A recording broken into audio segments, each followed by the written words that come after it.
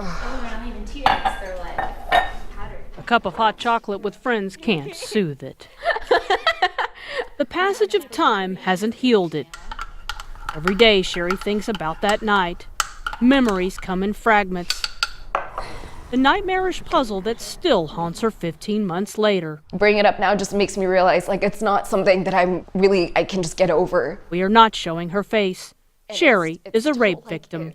She had 2 friends with her to provide moral support. She's talking because she is hurt. She is angry. She feels re-victimized by her university's police department and the Dallas County District Attorney's Office. I was expecting people whose jobs are to solely stand up for victims of sexual assault to do their jobs. And instead, what I was met with was the exact opposite. It happened on the night of September 26, 2015. It's homecoming at her alma mater, Southern Methodist University. I was super excited. A lot of friends were flying in. That night, she met a friend's brother for the first time. They'd been drinking. I mean, leading up to that moment, I felt normal. I felt completely safe. She became separated from her other friends. Sherry last remembers walking toward the student center with that friend's brother. I woke up to crawling on my knees and throwing up and crying and heaving and hyperventilating. Sherry woke up in the student center basement. I've never been scared of a person before, but when I was in that state of mind, it was almost like animalistic, where I was just like screaming and heaving and just like on my knees. She tried to crawl away from him. He wouldn't let me use my phone, and he put his hand over my mouth so I wouldn't be able to talk on my phone. Sherry took his phone and called a mutual friend. 2 of her friends came to her aid that night. I talked with both of them. They didn't want us to tape the conversation, so you won't hear it, but this is exactly what they said.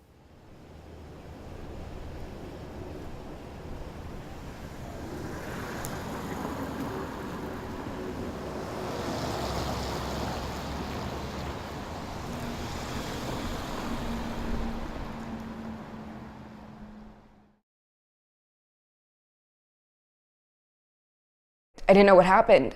And then when they told me they found the semen sample, I just was like, this makes sense now. You know, like, why would you physically react like that?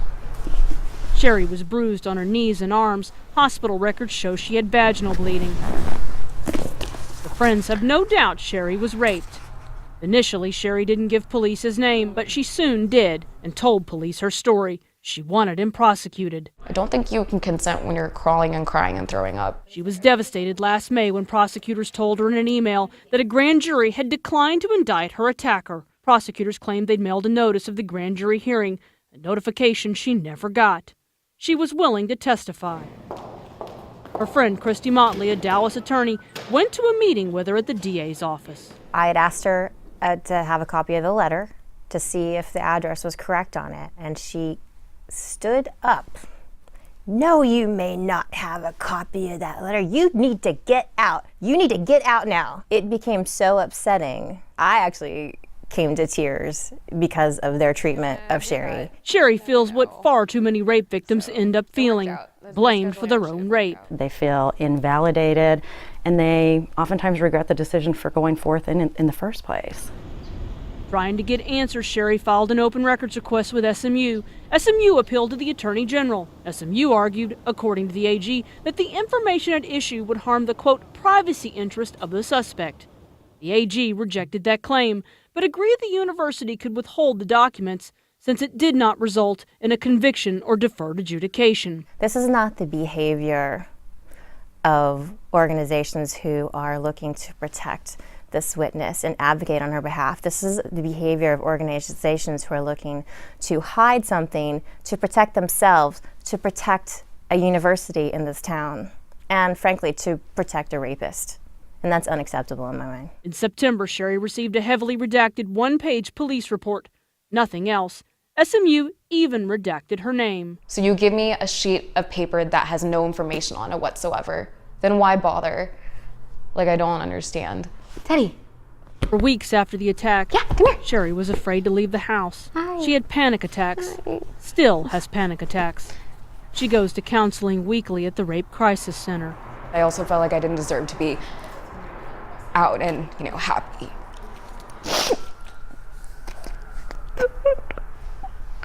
but sometimes it's just too much.